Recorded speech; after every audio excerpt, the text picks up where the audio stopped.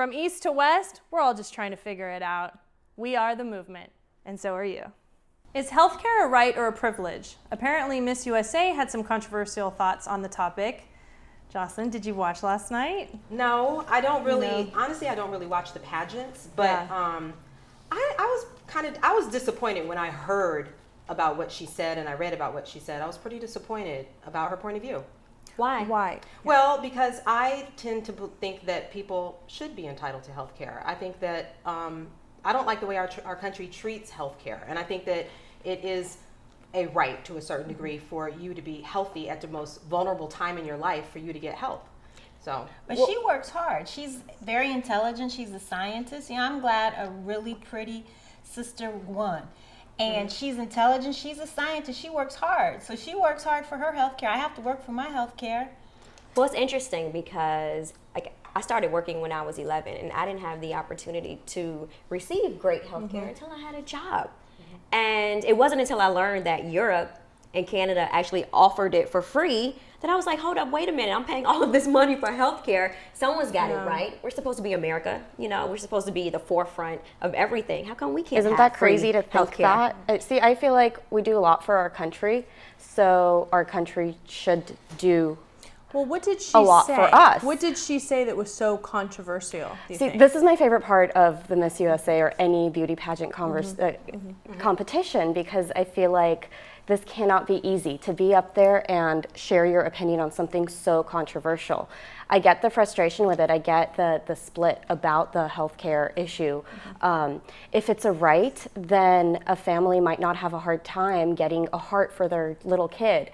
But if it's a privilege, then a family could go bankrupt waiting for that heart for their kid. Kids, but they give free health care. But what did she say? Well, see, I feel like I think the crust of what she said was that if you work, then you should have health care, but you're not, healthcare is not a privilege. It is not, something that you should feel entitled to. But I will say this.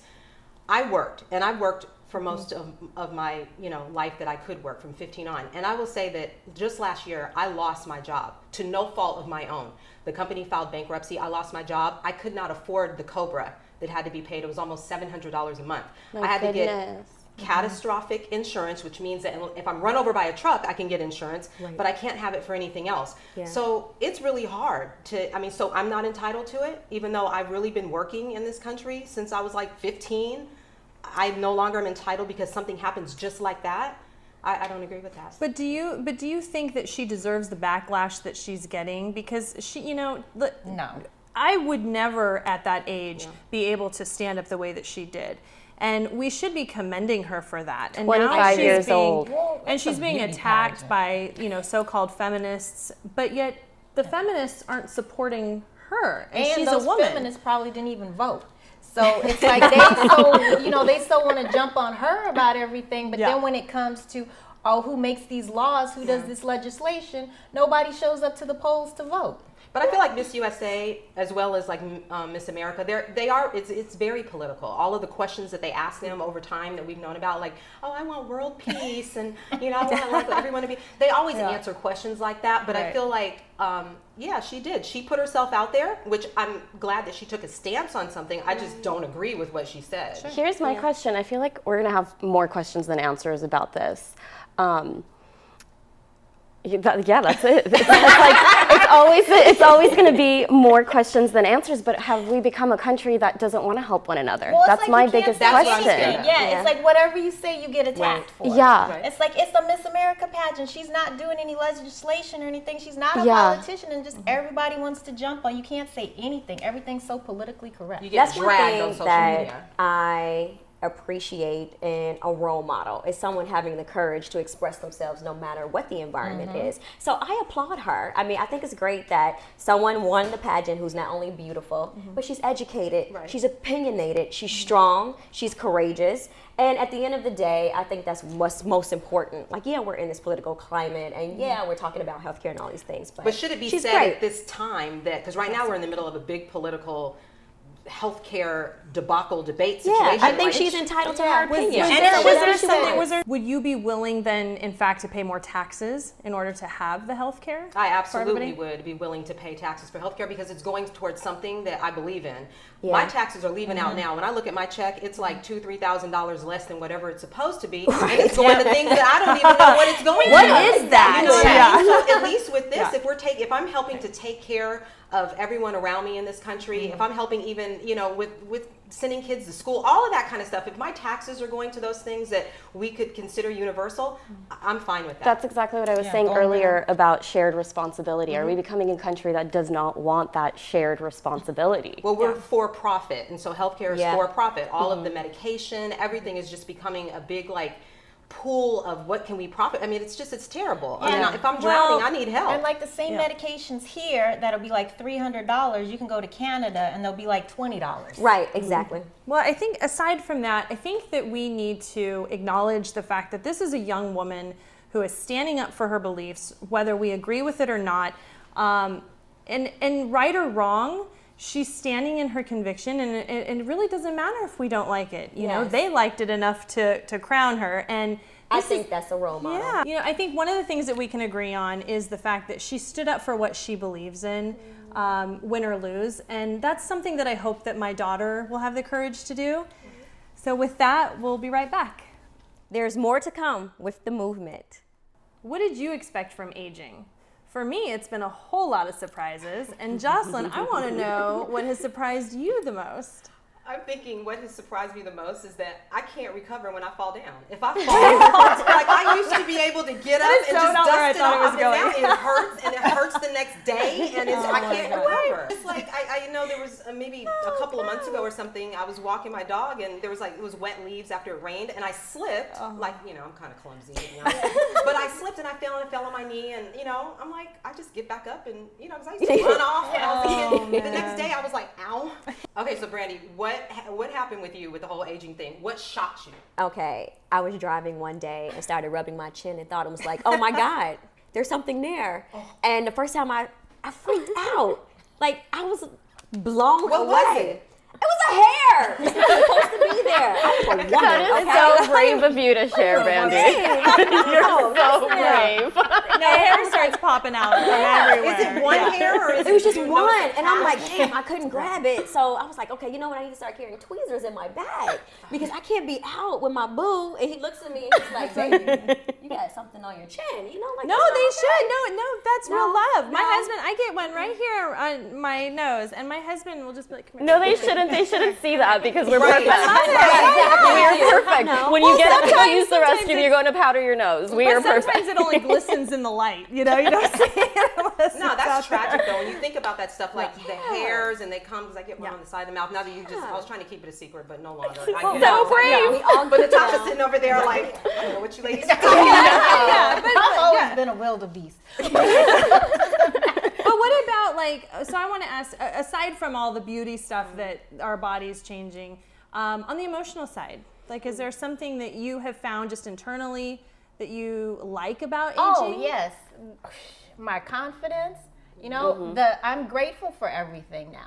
It's like I used to have to go out and be a big deal. Now I just so much appreciate my friends. Yeah. I just love my friendships, everything. I have so much more confidence. Like now when I look in the mirror, I'm like, oh my God, it's a beautiful goddess. That's right. I didn't feel that way. Yeah. I was the same. Like, it wasn't until I hit my 30s that I embraced my natural hair, to be honest. I couldn't leave the house without makeup in my 20s. I had to blow my hair out. It had to be straight all the time. Like, I wanted to fit into, society's standards of beauty. And I felt like, oh, I can rock this. But now I wake up in the morning, I take a shower, I let it go, I put on a little mascara, and I run out the door. That's I all you feel need, like though. that You're goes so into pretty. that You're confidence. so pretty. Well, I'm not there yet, but I do love sex now. I have to say that. I am loving You didn't sex. like it then? No, I liked it then, but I thought I knew what I was doing. And now I'm like, I didn't know what I was doing back then. Yeah. Now I just feel more confident about myself. I feel like now I know what I want. You know I'm how to not get to afraid that orgasm. Exactly, and I'm not afraid You're to doing communicate it wrong. I'm seeing a theme here with the confidence, because what you shared is a lot of confidence, and I thought that's so brave. And like, I feel like the older I'm getting, what you said about friends, it's that confidence is developing, and it's, I don't care about what people think anymore at all. And it's easier to meet people, and it's easier to walk away from people that you don't like. And you're so young. Right. I know. Where are you getting that from? I didn't get it at that I'm getting young. older. Natalie, where are you getting that from for your age? Because I wasn't there at your age. I think it is talking to other people and surrounding yourself with good people and learning from people older than you or with more experience and all of that, and just listening to myself. Why impress other people? I've tried to do so many things in life for other people. Now I do everything for myself. Experience is the key word. That's Yes. the one thing that is positive about aging, because you can't buy that. Yes. You know, like with age comes wisdom and maturity and growth. And that's what gives us that confidence. Like, you know, you're young, but you have a lot of life experience. You've seen a lot of things. Yeah. All of that matters when it comes to aging, because It does. it builds us Yeah. into, you know, the women that we're supposed to be. And now, like when I turned 40, like stuff does not bother me. Right? That surprised me the first time I heard it. I wake up and be mad. I'd be mad all day. I didn't even know what I'm mad at. Now, like, no, I don't Nothing. have Not even time. worried about it. Yeah. Well, No, and the downside of it, I will say, is that I watch my parents get older, and Yeah, that's hard. mortality becomes real. Exactly, and obviously we attract flies. No, I'm just kidding. But I mean, really, like I watch my parents get older. I watch them not move as fast. I watch them need help. You know, things like that, and it affects me more than I thought it would, because I didn't expect that. Yeah, that's been the hardest thing for me, is after I had my children, because time is going by way too fast, and it's hard. It's hard because I want to be here for them, you know. Yeah, you will. I'm such a mom, is what you said. It's beautiful. It's beautiful. Thank That's you. my biggest fear about aging, because it's not from what's going on the outside, because I think I can hold it together. But it's like, it doesn't matter what I look like on the outside, my eggs are still old. And it's it's that fertility thing. Like, will I ever have kids? Yeah. I may not give birth. It's trying to shut itself That's- down. I know. Fear No, of don't mine shut too. down. You know, that's something that you just don't think about until you hit, your mid-30s, approaching 40. Like I am too, and I'm like, well, I don't know. There are still a lot of things I want to accomplish, but I can't keep pushing that back because my body is not going to wait for me. And that is terrifying. It is terrifying. So That clock that which we all hate, that because it's kind of like being put in that box that we hate so much, that you have to like worry about when to do things. And I remember I was talking to one of my really good friends, and she's like, I'm partying in my 20s, have my family that was and kids me. in my That 30s. was me. I'm gonna That was me. establish my career in my 40s. And I'm like, really? Because party in my 20s, I did more of trying to establish my career in my 30s, and now it's bled over. You know what I'm saying? Like, so really, I mean, it's really just about living life, but being aware that there's a time. Well, and it's starting to, and that's what's happening, right? The older we get, we look at our mortality, and then we look at our hairs on our chin, and there's a whole lot going on, but we can chat more. We'll be right back. Stay with us. We'll be right back. What happens when our dream job goes wrong? Brandi, Michelle, you're laughing. But I know it wasn't a laughing matter for you. What happened with your dream job? It was definitely my dream, but I was fresh out of college, moving to LA from Chicago. Entertainment Tonight. I wasn't prepared for the backstabbing and for the wolves. Was it your first job, like your first adult job? Yes, that too, which was also a big deal. Yeah. Everything about it was a big deal, Yeah. because it was just me, pushing myself and encouraging myself. I wasn't prepared for people to come in like, why are you here? Leave. That had to be a lot of pressure, though. How did you handle that, just being so young in an environment like Entertainment Tonight? Well, you know what? On the one hand, I was prepared. That made a huge difference. I had been writing and reporting from the time I was a sophomore in high school. So on the one hand, I was ready. It was just the interpersonal things that I had never really experienced before. Like, I was used to conflict. I was always a fighter. So it wasn't really that. It's just when you talk about your dream job, there's a certain heightened sensitivity that comes with that. So when you're not getting the type of support that you desire, and you're like, oh my God, what do I do now? Right. And Natalie, you actually moved away from home and you took a big risk. You were young as well. I think my experience is sort of the opposite. I went from LA to a smaller town, so I was surrounded by really nice people. What town was it? I had a hard time saying that because I love LA and I love the people in LA and LA is home. But I went to Nebraska and I didn't know what to expect, but they helped me kind of dip my toes in the water very slowly. I was lonely because I was chasing my dream. It was tough because I was far away from home, but the job itself wasn't like I was being fed to the sharks. Right. I think the one thing that I didn't realize is, being an entrepreneur and trying to pursue my love for music and film, is that I would fall 7 times and have to stand up 8. That's the one thing that, because there's so many times when you're following your dream that, that for myself, I've wanted to give up on my dream because it's so hard.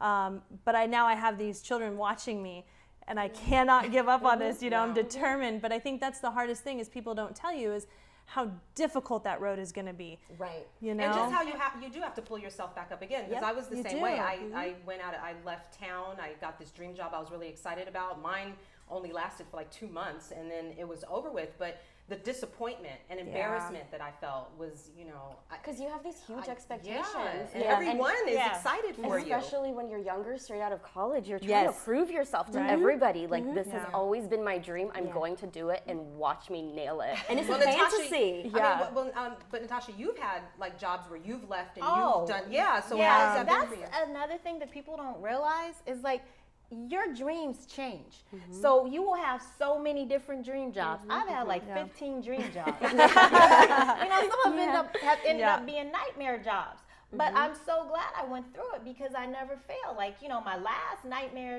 / dream job, I was so happy. I was with this celebrity hairstylist. He was big. He was the craziest person I ever met. But one of the good things is from going through having so many dream jobs and knowing, hey, this isn't the only thing. Like if I had been younger, I might, have stayed long, but I was like, oh no, we got to go. Do you feel like you'd have regrets if you never chased your many dreams? So many regrets. Yeah. Well, for like Tara, even with kids and a family, because those are not things that I necessarily had to think about. But I know with kids and family, the sacrifices that you make in order to fulfill your dreams. What are those like?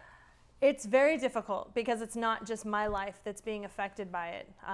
There's the financial strain of following your dreams. There's the emotional side of it. There's times my kids will come up to me and they'll say, "Why are you crying?" Because like what you said, especially with this industry, you're constantly feeling like you have to prove your worth, and that is that can be so exhausting. But I think it's also empowering. I think that because of that they will feel strong enough through the failures and through the loss to pursue what they want to do. It's like living your life with no regrets and jumping the way that they all tell you that you need to jump. It's scary to jump, and can you recover from that jump? And I know for myself, it took a little while for me to get back on my feet even after that. Same here, because I left entertainment tonight because I was listening to feedback from my family instead of following my heart. Right. So it took me years to get over that, because you look back and like, well, maybe I should have, or maybe I could have, or why didn't I? And, I've learned to listen to my own voice. And I think that's what's really important, too, when it comes to talking about a dream job or a dream anything, is that you can't let somebody else tell you, what to do and how to do it. What do you think are the biggest mistakes that we make, though? You have to follow your truth. One thing is trying to prove to other people. Sorry, Natasha, go ahead. Oh, no, I was going to say one thing you never know, because when I had my first true dream job, September 11th happened, and I ended up leaving that to join the Navy. And, that's been the biggest dream and fulfilled so much for me. Thank you for doing that, by the way. Well, you know what? We're going to follow some more dreams when we come back and talk about it a bit more. We'll be right back. Stay with us. There's more to come. Are guns an equalizer? Natasha, you made a comment about guns being an equalizer. Can you tell us what you mean by that? They are an equalizer, because you could be an old lady, 75 years old, and then some, 20-year-old man that's 6'5", 250 pounds, he can come at you, but you can shoot him. True that. That evens the playing field. Yeah.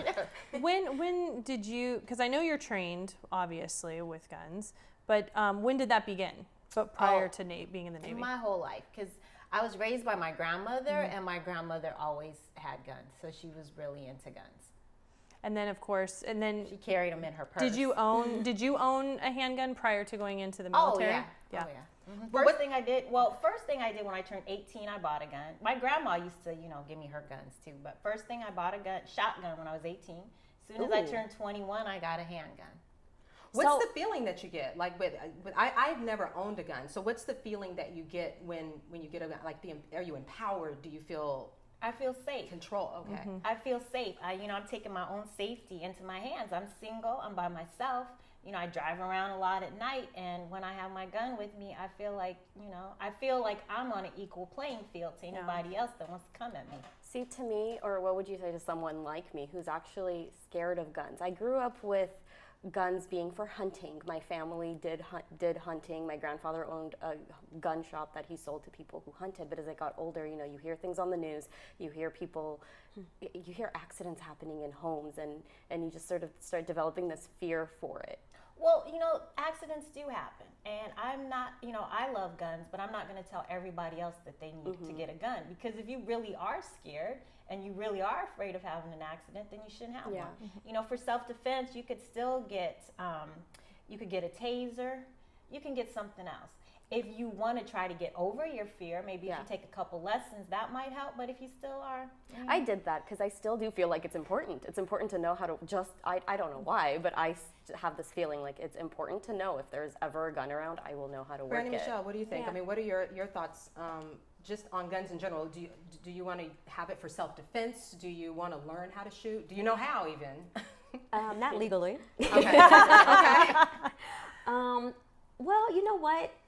I guess the biggest thing that comes to mind right now is all of the violence that's taking place across the country. I think about the kids, kids being 14 and 13 years old that have access to gun. Obviously, it's illegally. Nevertheless, there's such easy access. So I guess I'm just curious to know how you feel about that, and if you think that we should have stricter gun laws. Well, stricter gun laws aren't going to take guns out the hands of criminals. So you have to protect yourself, because by the time the police get there, you could be shot. That's for sure. And also, too, another thing, if you have a weapon at your house for self-defense, it's not 100%, but it's much better to get hollow point bullets than it is to get full metal jacket bullets. Well, what's the difference between the two? Well, full metal jacket bullets, if they can go through a wall, or say you shoot somebody, they can go through somebody. But if you have a hollow, hit somebody on the other side, but a hollow point, whatever they hit, they shatter. So it's less likely.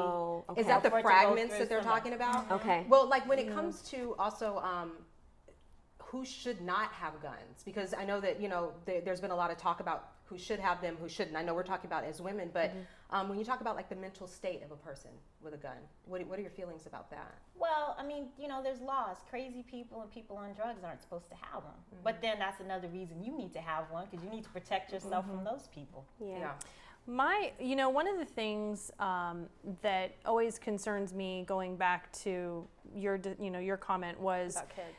Yeah, I'm having a gun in the home, to me, for that reason, scares me. Where my husband would like to have a whole shelf of guns if he could, but that's my biggest concern, is just my children, and I'm curious if there are courses that children can take to learn proper gun safety, other than like their parent or somebody teaching them. And I don't know anything about that. That would be most important for the parents. There also has to be a certain respect, because you have to respect a gun. You have to teach a child that, this is serious. Yeah. Also, too, you got to keep them locked away. Yeah. Because even when I have my friends' kids come over, I take a point to make sure that I put my guns away. Yeah, I wouldn't say that I've had a love-hate relationship, but I grew up in a neighborhood where drive-bys were normal. Yeah. And I remember I was like 11 or 12, and I was standing in my living room, and a bullet flew through the window and went right past me into the wall. That's terrible. I'm like, I'll never forget it, but I don't remember being afraid of it. I remember my family members shooting guns, New Year's Eve and things like that. Right. So like, I was never afraid of them, even though I knew the damage that, would be caused by them, especially, gangs and stuff like that, innocent people dying. I guess the most important thing for me is just training. Yeah, absolutely. Well, that's what I've just kind of even going back. I know I touched a little bit on it, but the thing that scares me also are the people that do have access to it. But I know there's like a whole debate now about whether the mental health aspect of it, and should they have guns, should they not? Because I think that scares a lot of people. I do too. Who's going to actually purchase these guns? And I do too, but I think that there are a lot of people who should not have handguns that know how to get through the process. by being sane enough in order to receive one. And to go back what Natasha said, even if you put these stricter, gun laws in place, what about all of the unmarked or, guns that are out there for sale? I mean, if they want a gun, they're going to find it. And also, too, a lot of times, as women, we just watch what's on TV, or you go to the gun store and they try to sell you something crazy. It's like, for self-defense, you don't need all that. Right. Like, myself, because my military weapon is I don't different. need the vest and I don't need the pants and all that. I just have a Lady Smith & Wesson 38 revolver, and that's perfect because there's no safety on that. It's not crazy. Is that what you recommend? I was just going to idea what ask. that That is what I recommend, because a lot of time, like a Beretta, all those, somebody can grab it and just, You have no take idea that what apart. means. I heard you ask say something. What, Lady Smith & Wesson? Kids. Yeah, that's the one I should I always have. think of, like, I don't have children now, but if I had children, I'm thinking in the home, and I'm sure your husband goes out or is out of town or something like that. You want to be able to protect, your children. No, never. So, like, what, how does that make you feel with, with maybe having a gun or purchasing this, let me get it, Smith & Wesson 38 special? A lady Smith & Wesson 38 special. For me personally, I would want to go through all of the training, to make sure that I know exactly how to handle it. I guess at the end of the day, knowledge is power. It is. Even with kids, like, doesn't matter what the subject is. If you teach them at a very young age about everything, they'll be less intimidated, to talk to you about things or to manipulate things. So the recommendation is, if you're going to get a gun, take a class, learn about it first. We'll be right back. Don't go away. We'll be right back. So here at The Movement, we're still trying to figure it all out. And one of the things that we're still trying to figure out are relationships. And we're lucky today to have Brandon here with us to talk to us about what happens when we need our own space and when we need our own time. And so, Brandon, that's the question that's right on the table. What is it about our own time that we need that scares us? Yeah, I think, in any relationship, people are going to need their alone time. And as a man, I feel a lot of pressure coming from I'm married, I have a couple of children, I'm trying to keep the house together, I'm trying to keep the finances in order. And when I want my alone time, I don't want it to come off to my wife or to my children like I'm trying to escape, like I'm trying to get away from them. It's really, for me, it's about reconnecting with myself and doing something that I love. Now, I used to really be afraid of that time that a man said, I need some space, or I want to hang out with my friends. I mean, to me, that meant the relationship was over. I don't know why. I just felt like something was wrong in the relationship. And I know a lot of women feel that way. But the pressures that you're talking about, for men, like, how do men cope with those pressures? What do you guys typically do? I think that's what we don't understand. Sure, absolutely. I think that's a great question. And for me personally, I think it's a very individualistic thing, right? So for me personally, I love baseball. So I coach high school baseball. I love running. So I'm going to go run, and that's going to help me clear my head. Meditation, I like to meditate every day and keep that as a practice. So again, I think it is something where it's an individual basis. What can I do to be myself and be the best, dad, husband, person, father that you can be? And I think of some of the relationships that I've seen, because I know it changes a lot of times from a boyfriend-girlfriend relationship into marriage. And so what is that thing that really happens between the two? Because it's very different as a boyfriend-girlfriend relationship when you don't live together, and then when you are one in a marriage. So what is that happens that's different? Yeah, absolutely. I think I think there's a level of trust and a level of respect that's going to come with any relationship.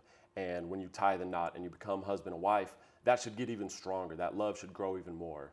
And I think couples, men and women, they need their individual space. They need their own time to go out and be themselves and be the person that they were prior to meeting their mate, prior to meeting their spouse. And what do you feel afterwards? Because I know for myself, when I go to the spa or maybe go get a manicure or hang out with the girls and, have lunch or something like that, I feel recharged when I come back to the relationship. I feel like I feel a little bit better. Sure. And so what do men feel like after you guys go do your man things? Yeah, I think that's it. I think it's just reconnecting with yourself and getting together as men and talking about life in general and how to live. And again, with the pressures of life, with the finance and the job and the family and everything, needing that time and that space just to regroup, really, and get your mind in the right place so when you do come back and you're with your family and you're with your kids, you're able to be the best man that you can be.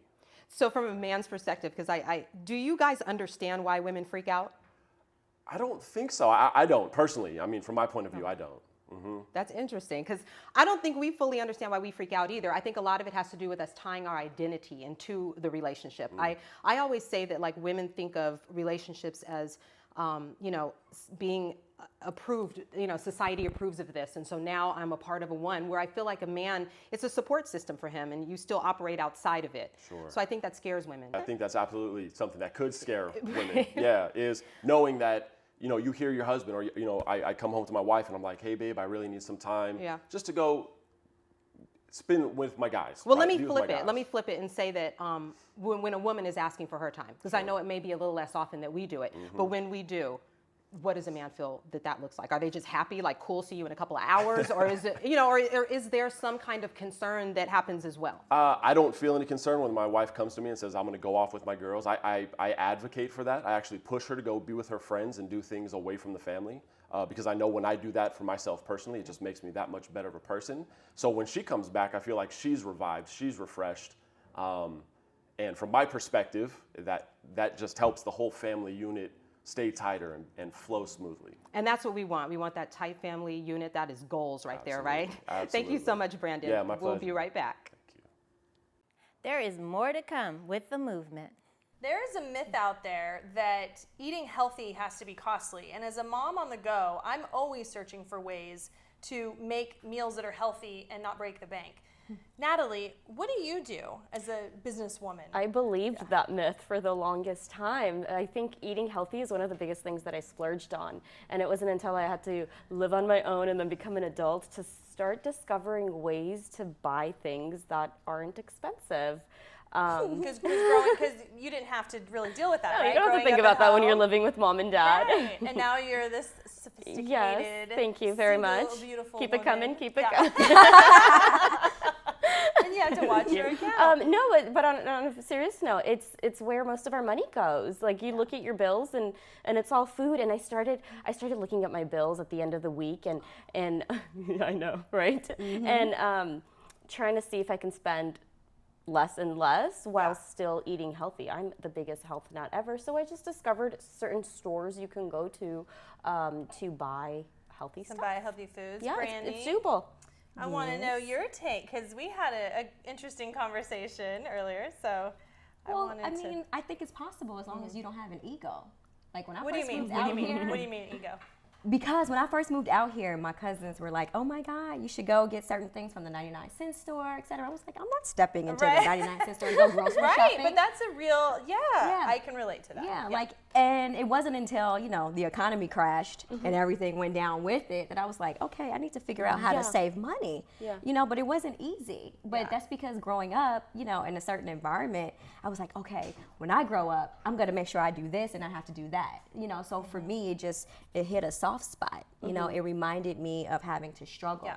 And I just didn't want that for myself. So what are your tips? Like what are some tips that you have for somebody who wants to prepare a healthy meal on a budget without breaking the bank? Because there's this myth, right, that you can't buy organic or you can't buy these healthy foods without spending a ton of money. Yeah, well, for me, I was really surprised at some of the items that I found at the dollar store, to be honest with you. Like, for example, you can get this vinegar from the dollar store, you can get salt from the dollar store, you can get any type of seasonings. There are some dollar stores as well where you can actually get fresh fruit, which was very Really? surprising to me. Yes, one I of did my not know that. girlfriends, she was cooking one day, we were in her kitchen, and I asked her something about one of her ingredients, and then she's like, "Oh yeah, and I got this stuff from the dollar store." I was like, "Really?" And I had eaten it, so I didn't die, right? So I was like, "Oh my God, okay, that's good to know." So I didn't die. Yeah. I didn't.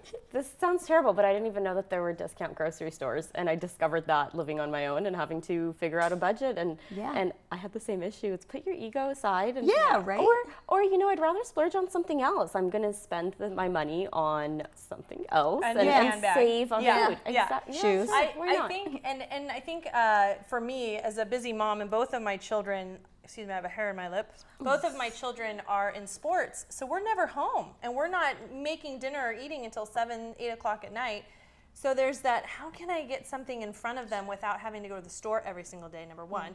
And number two, not having to break the bank, But I like this idea, and you're so right, Brandi, about this, because these are like year supplies of items. Yeah, and I mean, stuff you have at home. Exactly. Yeah. I was just Most about to say likely. the same thing. Like, who doesn't have salt, olive oil, and vinegar for starters? Yeah.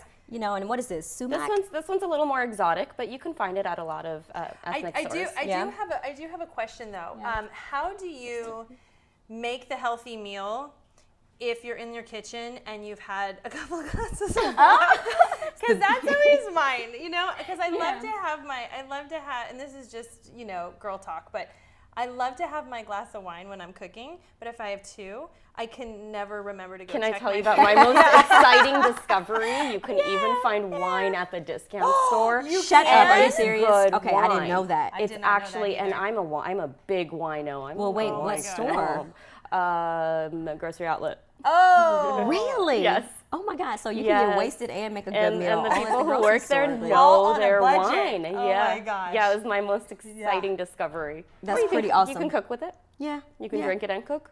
True. Do they have does the like the 99-cent store, do they have meat there or no? Not that I'm aware of. Okay. And I don't know that I would buy meat from the 99-cent store. Like more like box things or canned goods, because that stuff, I mean, they tell you to, you know, But stock drive up in around a your hurricane for neighborhood that. and you're going to find a discount, some Yeah. sort of Yeah. discount grocery Yeah. store. It's just like preparation, you know. And put your ego aside. Yeah, right? exactly. Feed Like your know family.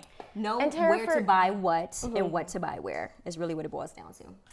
For what you said about being on the go, being a mom, Yeah.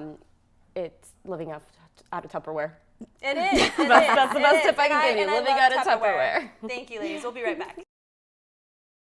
Thanks for watching The Movement. We may still be figuring it out, but we're doing it together. We are. We'll see you tomorrow. Good night. Bye.